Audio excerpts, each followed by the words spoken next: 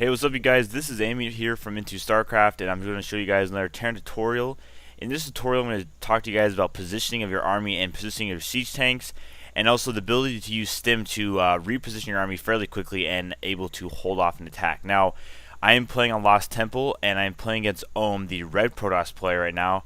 And I had attacked him earlier with a couple Marines and Marauders. I took out about three or four sentries, about 3 stalkers, but he had 2 morals, and they're just too much for me to handle. So I backed off immediately, not sacrificing all my forces because might as well back off, macroing up, and then do another attack later. So again, this tutorial is going to be about positioning, and that's what we'll focus on. I'm not going to go to my base and talk about anything. I'm just going to talk about where my army is and how I'm positioning it here. So what I'm going to do is I'm going to play it here in normal for you guys, and when the action here is about to start. Now red is actually moving out his forces right now, so right when he gets about right here, I'm gonna pause it and slow it down here for you guys and try to show you guys what I'm doing. So I have got 4 ghosts now, and I have the Nubius upgrade. So what happens is now all my ghosts do have enough energy to cast a EMP when they spawn. So that's very good. I have a handful of siege tanks that are sieged up, but I got 3 that aren't now. So right now these 3 siege tanks should be sieged up. Now if you guys notice that the position of these 2 siege tanks, I've got one here on the lower half and one up on the higher path. So basically this gives me a wider range and different volleys of attacks. So with your siege tanks, you don't want them to shoot all at once. If you can have it a nice string, they'll actually attack different units and cause more damage overall. They might not take out as many units at once, but they'll string out more damage overall. So it's better to do it like that. So I'm going to play it in here for you guys. Now, as you guys notice, the stalkers are coming in here. They are ahead of his army here, so they're actually going to be a little bit behind now. Pausing back to the game here, I actually am in a terrible position right now. This Thermal Lance upgraded Colossus is having free reign on my Marines and Marauders, and right now, I mean, he's not in the best position either, but he definitely has the advantage in terms of my units are all clogged up right here. Now, I do have the siege tanks able to shoot over this and land hits on the Immortals and the Sentries and stuff like that, so that is a bonus.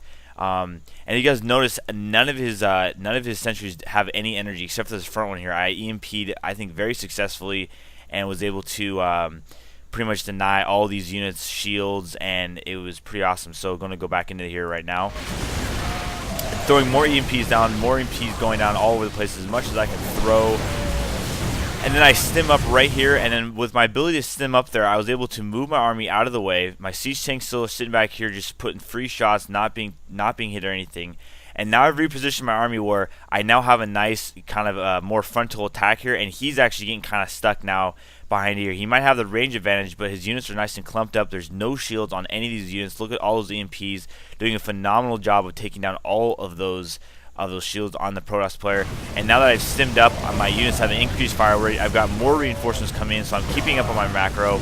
And these stalkers are basically just going to fall apart. And you guys notice here, this Colossus is all by himself, and he will go down fairly quickly. So I just want to show you guys this video because it shows you how you can take something and pretty much turn it into something.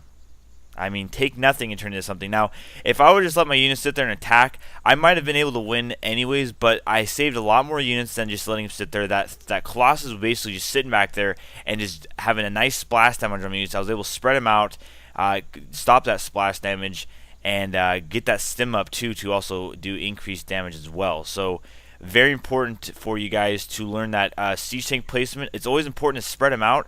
Have different layers, have different depths. Don't just stack them all up at once. They're also, prone to any splash damage very easily too that way. And if they're fighting siege tanks, another siege tank squad, it's better if they're kind of spread out because it'll be harder for the other Terran opponent to attack your siege tanks. So hope you guys enjoy these tutorials. I'm going to have a lot of tutorials like this, kind of short clips, but just to give you guys an idea of how to play as a Terran and how to use your abilities to your advantage.